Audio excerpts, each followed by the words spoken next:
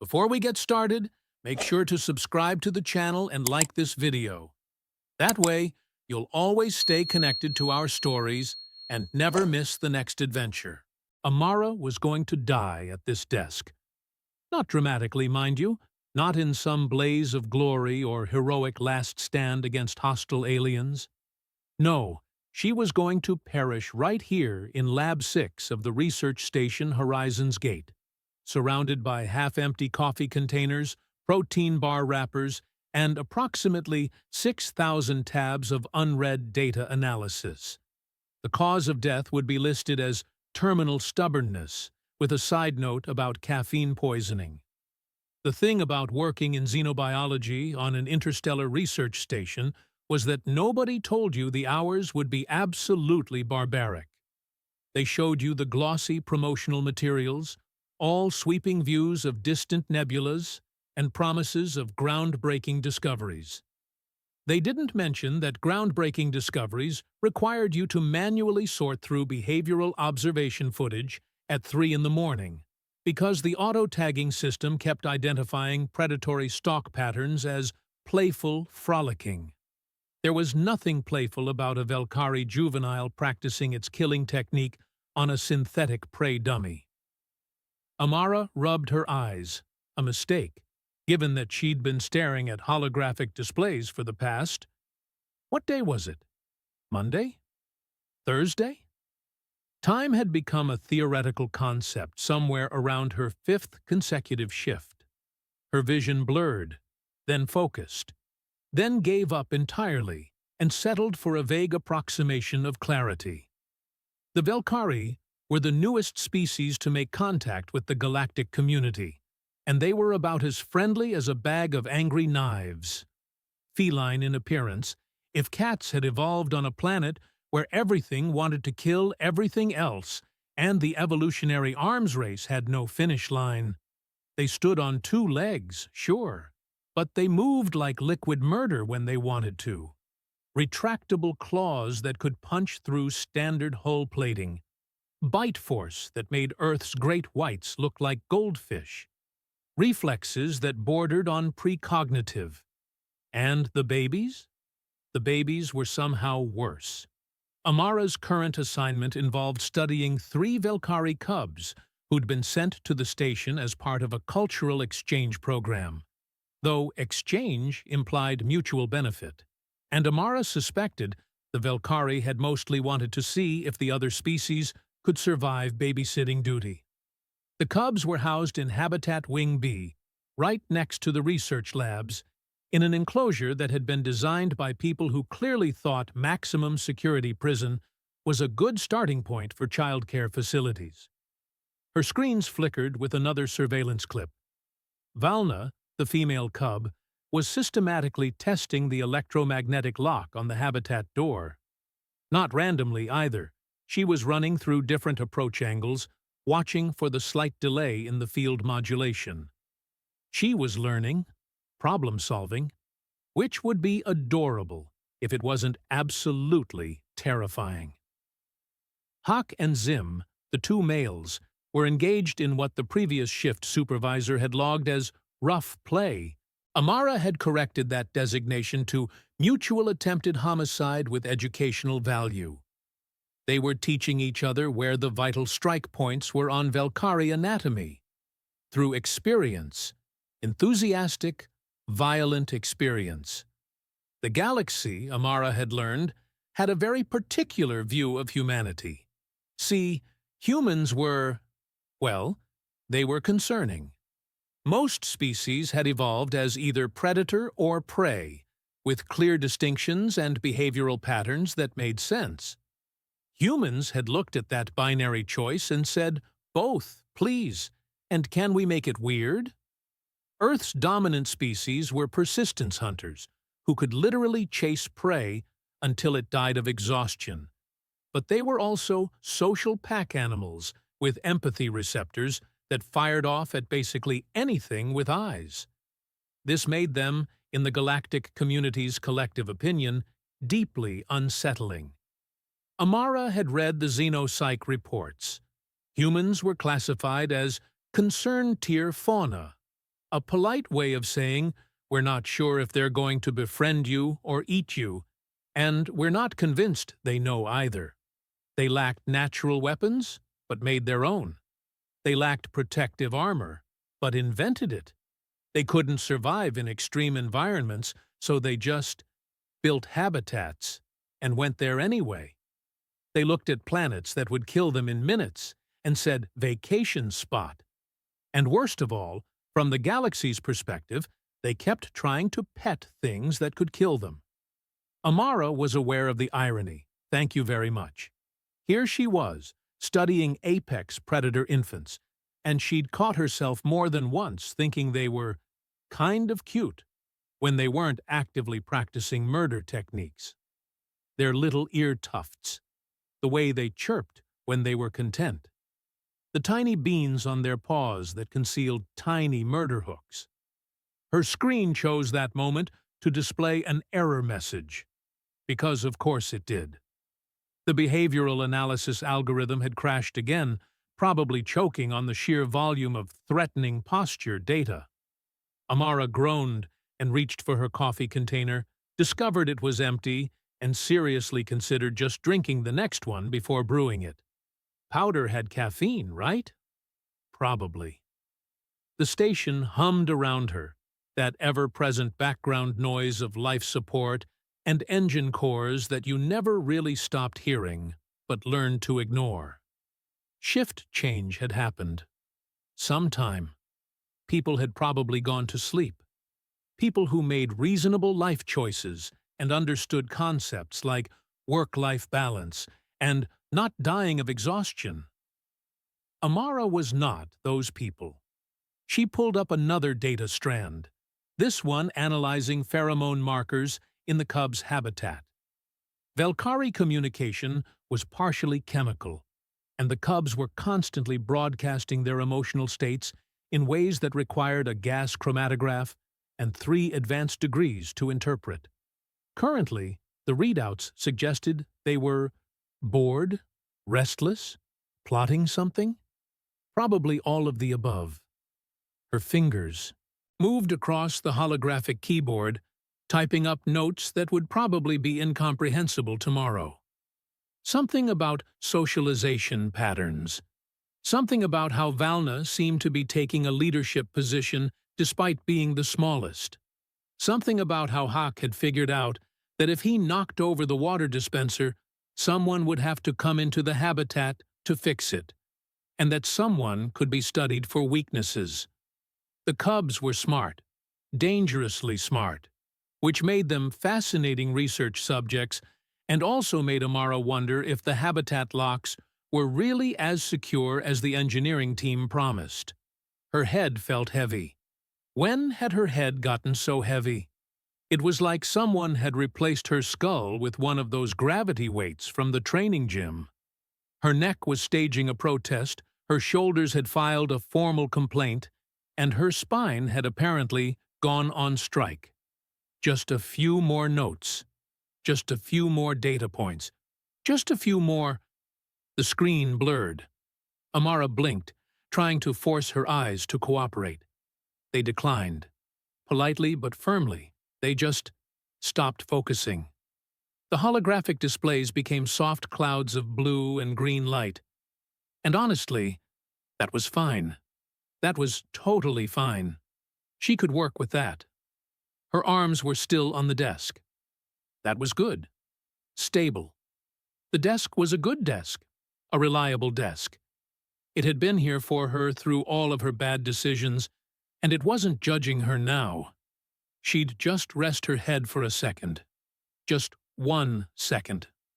Close her eyes, give them a break from the screen glare, and then she'd get right back to... The research notes continued scrolling on the screen, unattended. Amara's breathing slowed, deepened, settled into the steady rhythm of someone whose body had finally overridden their brain's terrible decision-making process.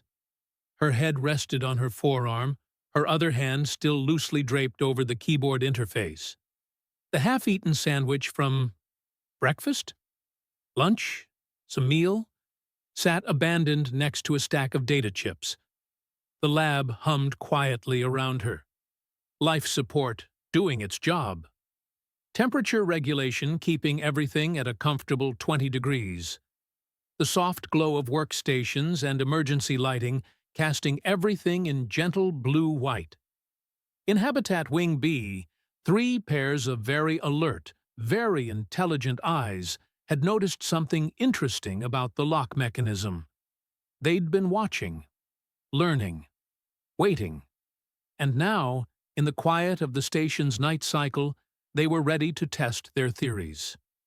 Amara slept on, completely unaware that her research subjects were about to become very hands-on with their own behavioral study. Of humans. This, the galaxy would later agree, was very typically human, to be so focused on understanding others that you forgot you were also something worth studying. Also typically human? The ability to sleep through your own impending disaster while drooling slightly on government-funded equipment. The desk didn't judge. The desk understood. Valna had been working on the lock problem for 6 sleep cycles now. The electromagnetic field had a pattern, a rhythm. It pulsed in intervals that the humans probably thought were random, but definitely weren't. Valna had counted. She was good at counting. She was good at lots of things, actually, which the tall ones seemed to keep forgetting. They looked at her and saw small and young, and apparently decided that meant harmless. Valna was many things. Harmless wasn't one of them. Hawk sat nearby, pretending to groom himself, but actually watching her work. His ear flicked twice, the signal they'd developed for someone's coming. But no one came.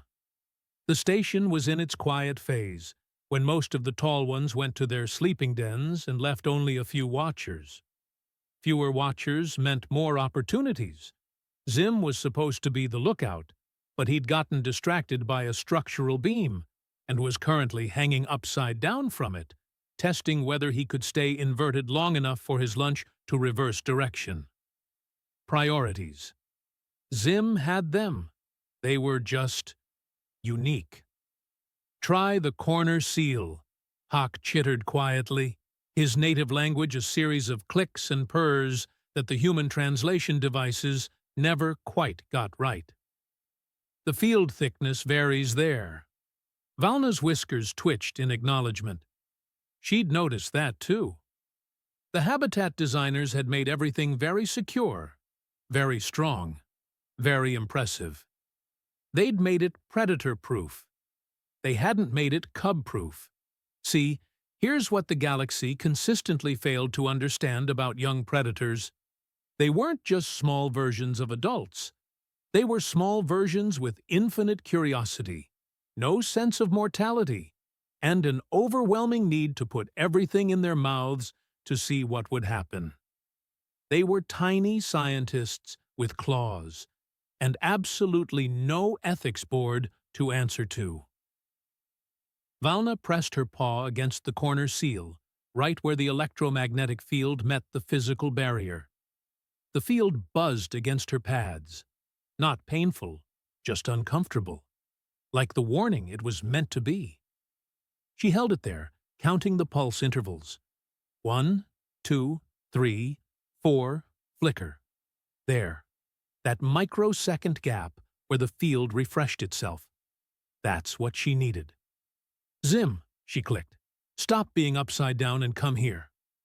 Zim dropped from the beam with the grace of a sack of spare parts, landed in a tumble, and bounded over with the attention span of, well, of exactly what he was. A juvenile predator with more energy than sense. I'm helping, he announced proudly. You're going to stick your claw in this gap when I tell you to, Valna corrected. And you're not going to pull it back out even when it tingles. Understand? Zim's tail lashed with excitement. Tingles meant new experiences. New experiences meant life was interesting. Yes, I can do tingles. The thing about Velcari cubs, The thing that the humans were slowly documenting but hadn't fully grasped was that they were collaborative hunters from birth. Pack dynamics weren't taught, they were instinctive. Valna led because she was the best at planning. Hawk supported because he was the best at reading situations.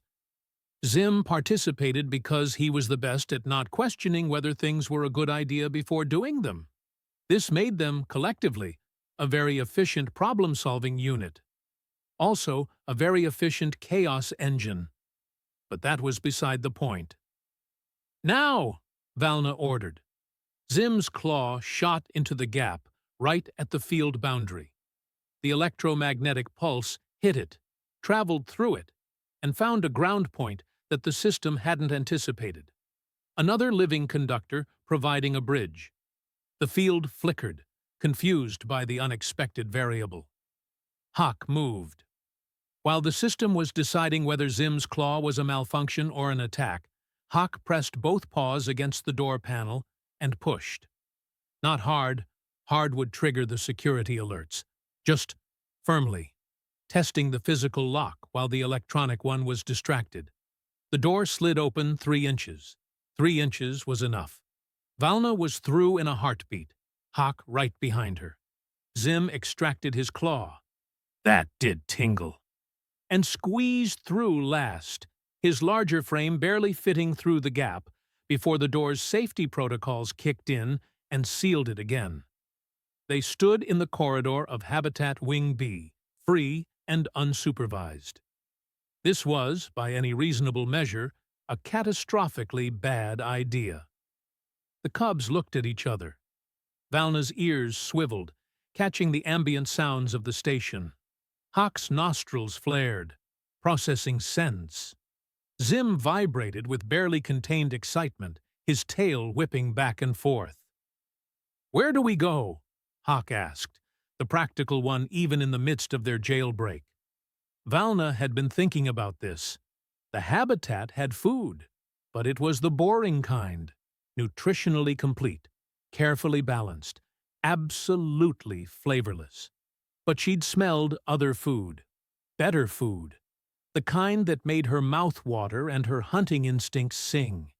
It came from the direction the humans went after they finished watching the cubs through their monitoring devices. "We follow the good smells," she decided. That was leadership right there.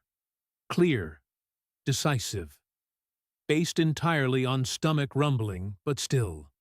They moved through the corridor like liquid shadows, which was impressive considering the lighting was bright and they were technically toddlers. Velcari cubs were born with certain instincts preloaded, and stealth movement was apparently one of them. Their paw pads made no sound on the station's composite flooring. Their breathing was controlled, silent.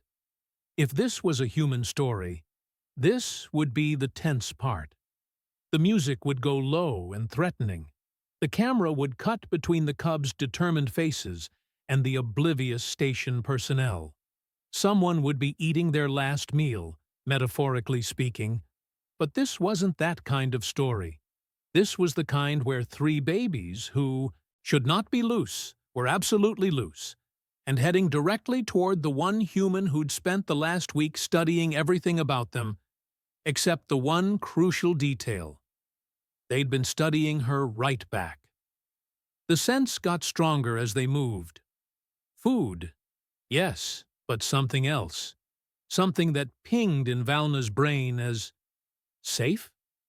That wasn't right. Nothing outside the nest was safe. That was basic survival knowledge. But the scent kept insisting otherwise, warm and steady and oddly familiar. They passed through a junction where the habitat wing connected to the research section. A maintenance bot rolled by, oblivious to the 3 apex predators flattening themselves against the wall. It beeped cheerfully and continued its rounds, probably cataloging dust particles or whatever maintenance bots found fulfilling. "This way," Valna chittered, following her nose. The research labs were quieter than the habitat wing. Less active. Most of the doors were sealed, but one, Lab 6, though the cubs couldn't read the human symbols, was slightly ajar. Not much, just enough for the sense to escape. Food, definitely food, but also that other smell. The warm one. The one that made Valna's ears relax slightly, and her guard lower just a fraction. Hawk nosed the door open wider. Cubs were excellent at opening things that should stay closed. It was practically a superpower. The lab was dim, lit only by the glow of active displays and the soft blue emergency lighting. Equipment hummed quietly. And there, slumped over a desk in the corner, surrounded by what appeared to be a nest made of garbage and poor life choices, was a human. The cubs froze. Humans were, well, the adults had told them things about humans. Confusing things, contradictory things. They were predators, but also not predators. They were dangerous, but also not dangerous. They were to be respected and studied carefully, and definitely not trusted, because they were absolutely unpredictable in ways that even Velcari found concerning. This one appeared to be dead. Zim tilted his head. Is it broken? It's breathing, Hawk observed, his superior senses picking up the steady rhythm of the human's chest, rising and falling. Valna crept closer, every instinct telling her this was potentially a trap. Humans were ambush hunters. Everyone knew that. They were patient. They could wait for days. Maybe this one was waiting. Maybe this was a test.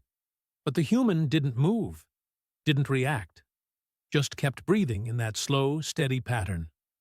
And that scent, that warm, safe scent, was coming from her.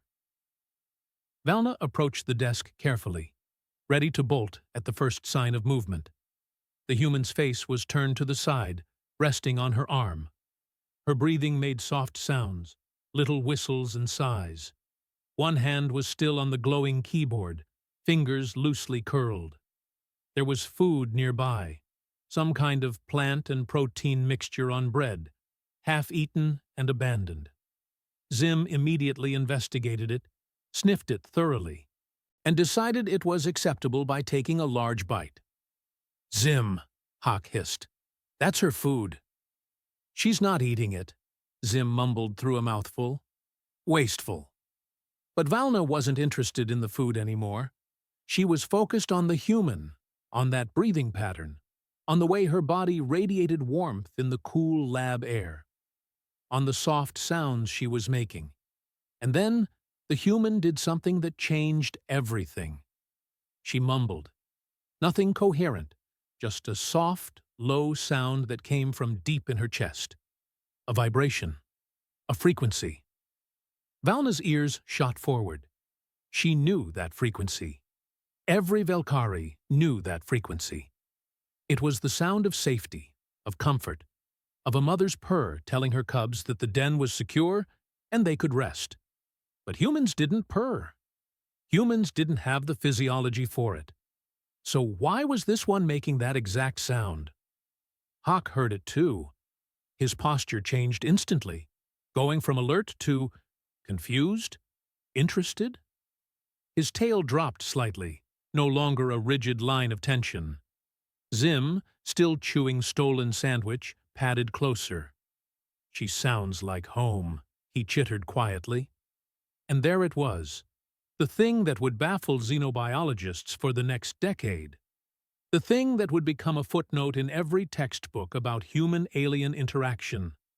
The thing that no amount of research or careful observation had predicted. Amara, in her exhausted, unconscious state, was breathing at exactly the frequency that Velcari cubs associated with maternal protection, completely by accident. Valna made a decision. It wasn't a logical decision. It wasn't a safe decision. But it was a cub decision, made by someone who was tired and far from home and surrounded by things that were strange and scary, who had just found something that felt like safety. She jumped onto the desk, circled once, and curled up against Amara's arm. The human was warm. The sound continued, that low, steady vibration. Safe. This was safe. Hawk followed, fitting himself into the space between Amara's other arm and the keyboard, his larger frame taking up significantly more desk real estate. Zim, never one to be left out, clambered up last and settled across both of them, his tail draping over the edge of the desk like a fuzzy security blanket. 3 Velcari cubs, each capable of shredding standard armor plating, collectively decided that the unconscious human made an excellent bed. Amara slept on, completely unaware that she'd just become a foster parent to 3 of the galaxy's most dangerous infants. Her breathing continued its steady rhythm. The cubs' breathing slowly synchronized with it. Within minutes, all 3 were purring. Actual purring, the kind that rattled their whole bodies. In the quiet of Lab 6, surrounded by research equipment and terrible coffee containers, an accidental family took a nap. The galaxy was about to learn something new about humans, though it wouldn't understand the lesson for quite a while yet. Somewhere in the station, an alarm was about to go off. The alarm started as a polite beep. This was the station's way of saying, "We have a situation, but let's not panic anyone," before inevitably panicking everyone. The beep echoed through the security office, where night shift supervisor Kale was enjoying what he'd thought would be a quiet shift.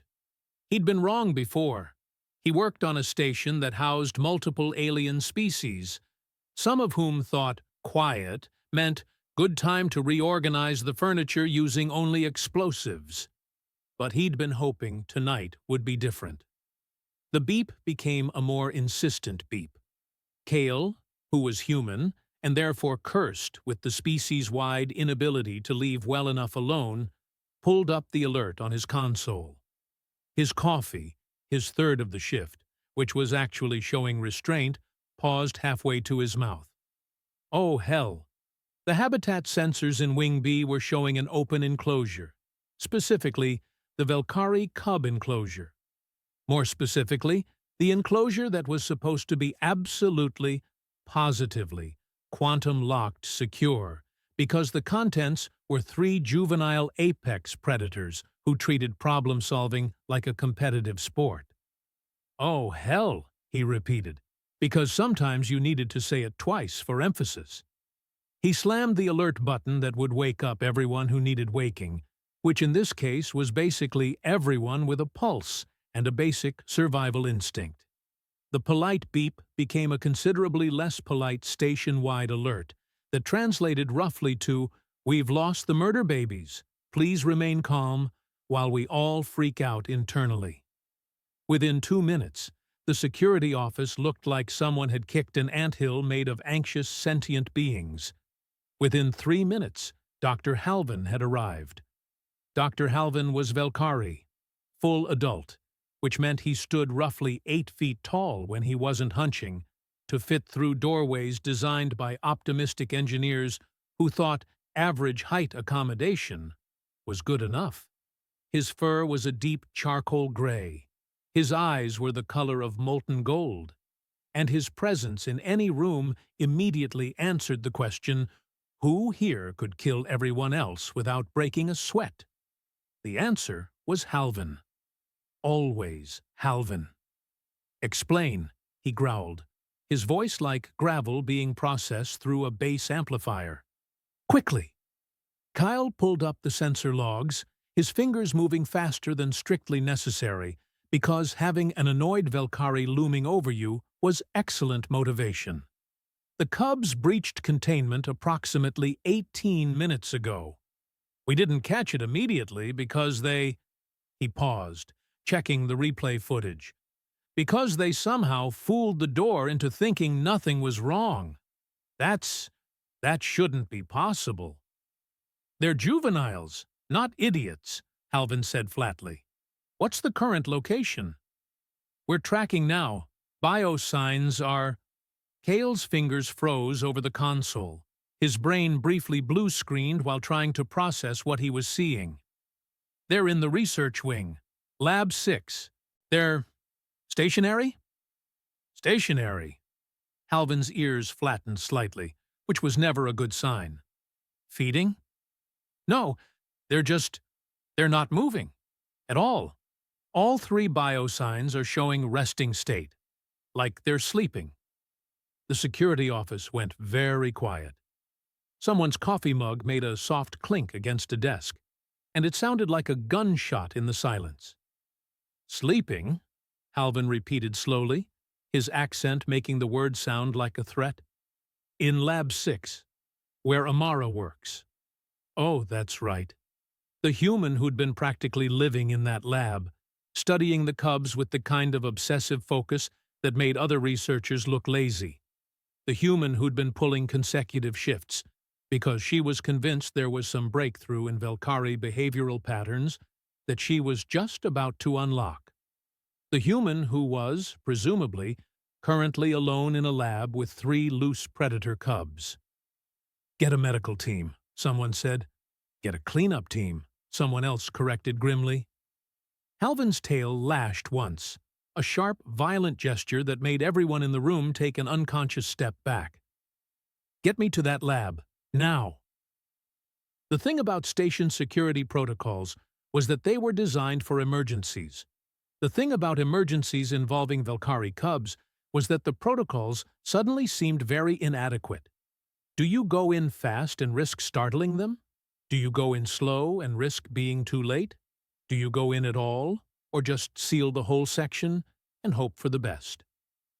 Halvin made the decision for them by simply walking toward Lab 6 at a pace that was technically not running, but definitely qualified as aggressive, purposeful movement. The security team scrambled to follow, their weapons drawn but held low because what exactly were you going to do? Shoot the cubs. That would definitely start a diplomatic incident. Possibly also a regular incident, given that Halvin was right there and probably wouldn't appreciate his species' children being used for target practice. Kale found himself at the front of the group, which was where exactly 0% of him wanted to be. He was security, sure, but his job usually involved breaking up arguments and making sure the loading docks didn't get robbed. Not whatever this was about to be. They reached Lab 6 in what felt like both hours and seconds simultaneously. Time did weird things when you were approaching a potential catastrophe. The door was ajar, just slightly, enough for small predators to have squeezed through. Halvin held up one clawed hand, the universal signal for, "Everyone shut up and stop moving." His ears swiveled forward, catching sounds that human hearing couldn't process. His nostrils flared, scenting the air. His expression did something complicated. "Doctor?" Kale whispered, because whispering felt appropriate when standing outside what might be a crime scene. "They're alive," Halvin said quietly. "All of them. I can hear 4 heartbeats, 3 cubs, 1 human." The relief in the group was palpable. Someone actually exhaled audibly, which in retrospect was probably rude, but everyone was thinking it. "Okay," Kyle said. "Okay, so we go in carefully, we extract the human, we secure the cubs, and we all pretend this never—" "They're purring," Halvin interrupted. Silence. "I'm sorry. What?" "The cubs." Halvin's ears were doing something that might have been the Velcari equivalent of confused disbelief. "They're purring. All 3 of them. Deep sleep purring. The kind they do when they're with—" He stopped. His golden eyes narrowed. "Stand back." Halvin pushed the door open slowly, carefully, every movement deliberate. The security team tensed, weapons ready for whatever horror they were about to witness.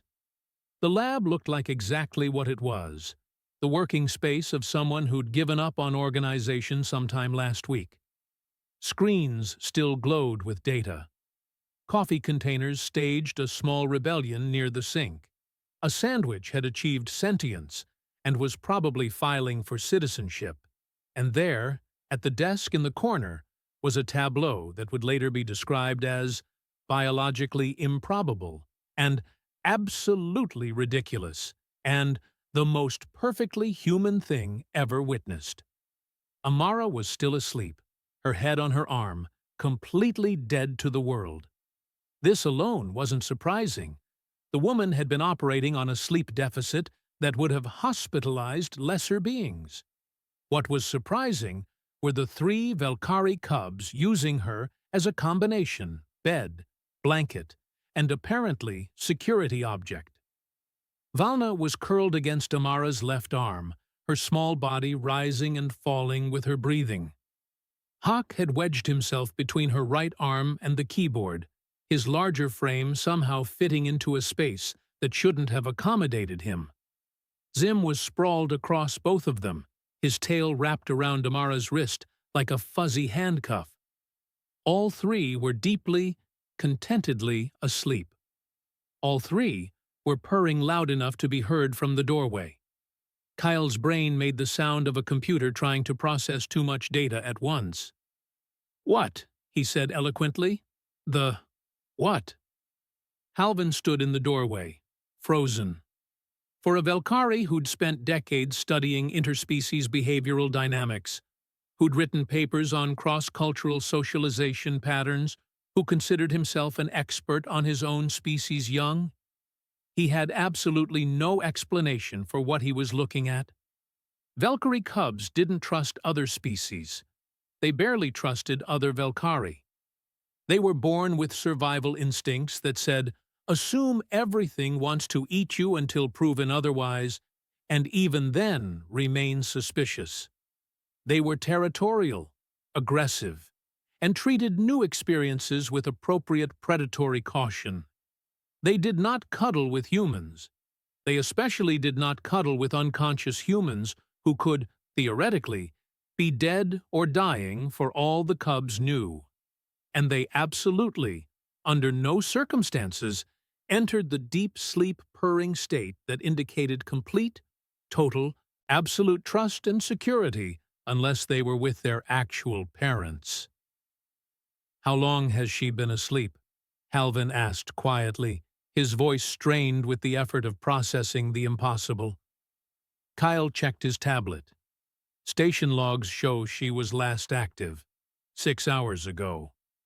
"Looks like she just passed out at her desk." "And the cubs found her like this." It wasn't a question.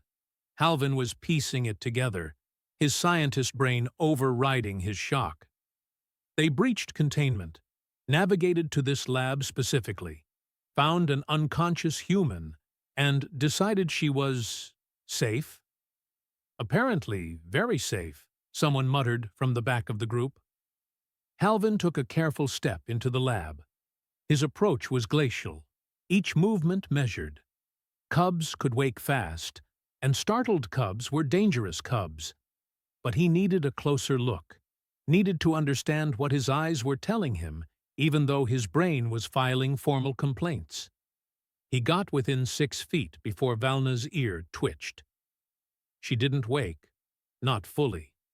But one golden eye cracked open, assessed Halvin with the kind of sleepy suspicion only children could manage, and then did something that made Halvin's breath catch. She hissed, not at Amara, at him.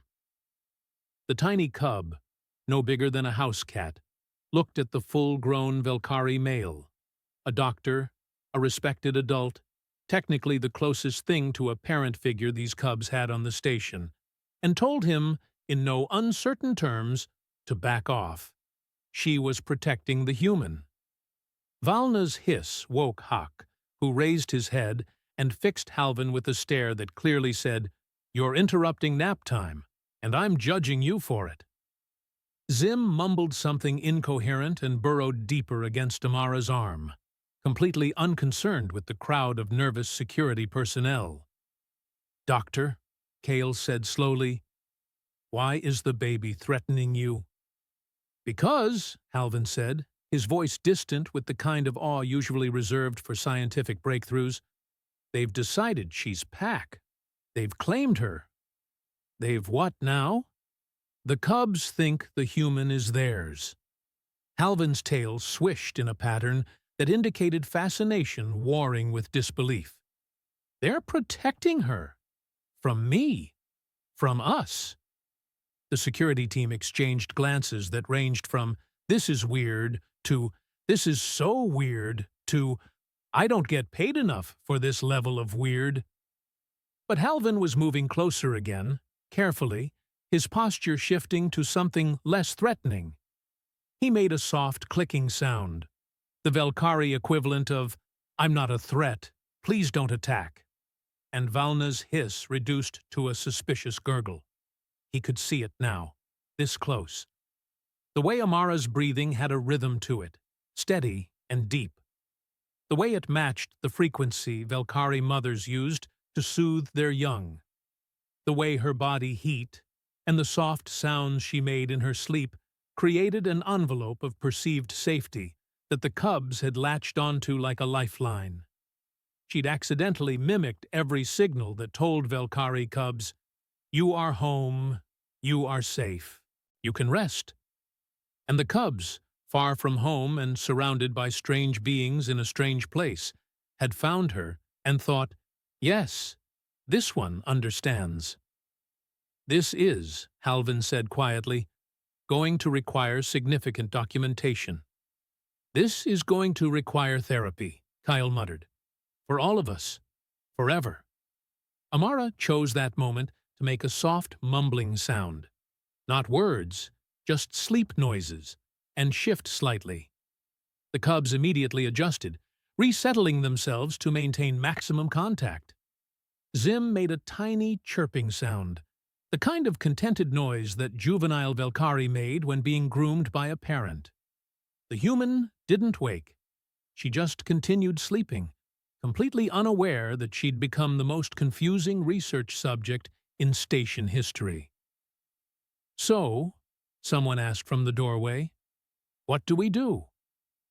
Halvin looked at the sleeping human and her collection of deadly predator children. He thought about the protocols, the regulations, the proper procedures for handling escaped research subjects, the diplomatic implications, the safety concerns. Then he thought about what would happen if they tried to forcibly separate cubs who'd clearly bonded from the human they'd decided to protect. "We wait," he decided. "We let her wake up naturally. We document everything. And then we try to explain to her that she's accidentally become a foster parent to 3 beings who could theoretically kill her, but have instead decided she's the best sleeping surface in the station." That's the plan? That's the whole plan? Unless you have a better idea for unbonding territorial predator cubs from a human without causing a diplomatic incident. Yes, that's the plan. Nobody had a better idea. So they waited. Security personnel, a confused Velcari doctor, and a handful of scientists who'd been woken up and dragged here by the commotion all stood in Lab 6, watching a woman sleep under a pile of alien cubs who purred like organic motors. Somewhere in the galaxy, multiple xenobiology textbooks were about to become obsolete. In Lab 6, Amara's hand twitched slightly in her sleep, and Hawk grabbed it with his paws, holding it like a security blanket. The cubs had found their human. Now they just had to wait for their human to find them. Amara woke up the way most people woke up after passing out from exhaustion, slowly, confused, and with the distinct feeling that her body had filed a formal complaint with management. Her neck hurt, her back hurt, her arm, both arms actually, were asleep in that pins and needles way that suggested they'd been cut off from blood flow for an unreasonable amount of time.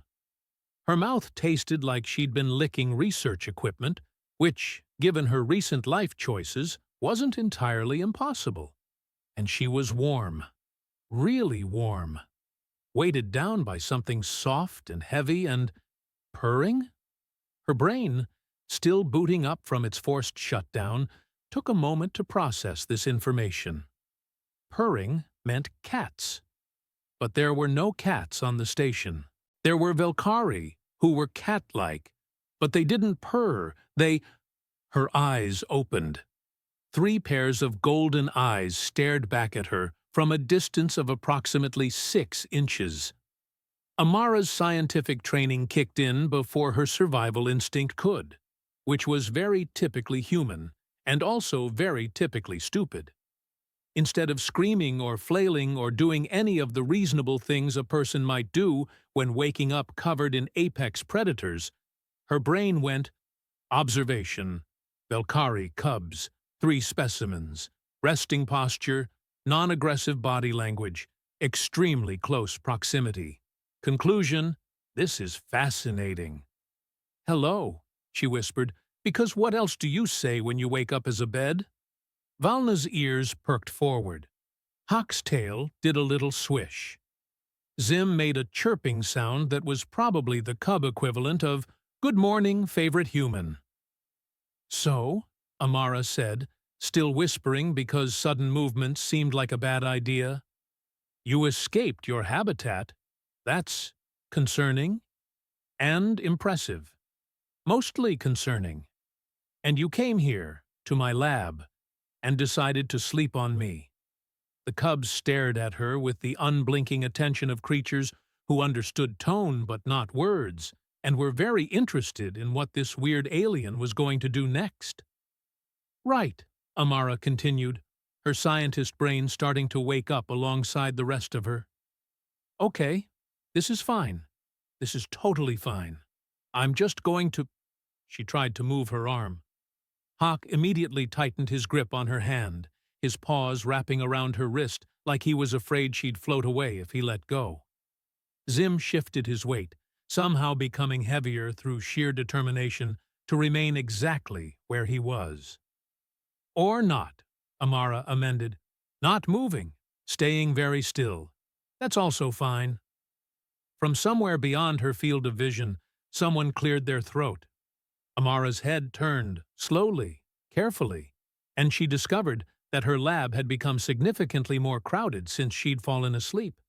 There were at least a dozen people in here, including security personnel, several scientists she vaguely recognized, and Dr. Halvin, she said, her voice cracking slightly. Good morning. This is awkward. The massive Velcari was watching her with an expression she couldn't quite read. Amusement. Disbelief. The desire to write several strongly worded reports? Probably all 3.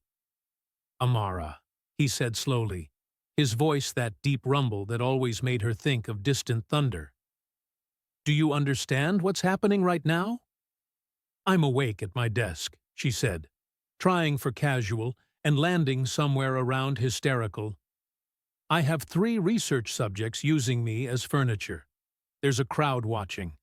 I suspect I'm either in trouble or about to be studied more intensely than I've ever studied anything. The cubs escaped, Halvin explained, moving closer but keeping his movements careful and non-threatening. They navigated directly to your lab. They found you asleep, and they decided you were safe enough to enter. Deep sleep, purring with. Amara's brain processed this, then processed it again, then gave up and just accepted it. They think I'm safe, she repeated. They think you're pack, Halvin corrected. They're protecting you. When I approached earlier, Valna hissed at me. At me. They've claimed you as theirs. The weight of that statement settled over the room. Claimed. Not adopted, not befriended, claimed, the way predators claimed territory, family, things worth defending. How? Amara asked, because she was a scientist and needed to understand. Is that possible? Halvin moved to her desk, pulled up one of her own data displays. Your breathing pattern while you sleep. It matches the frequency Velcari mothers use to soothe cubs.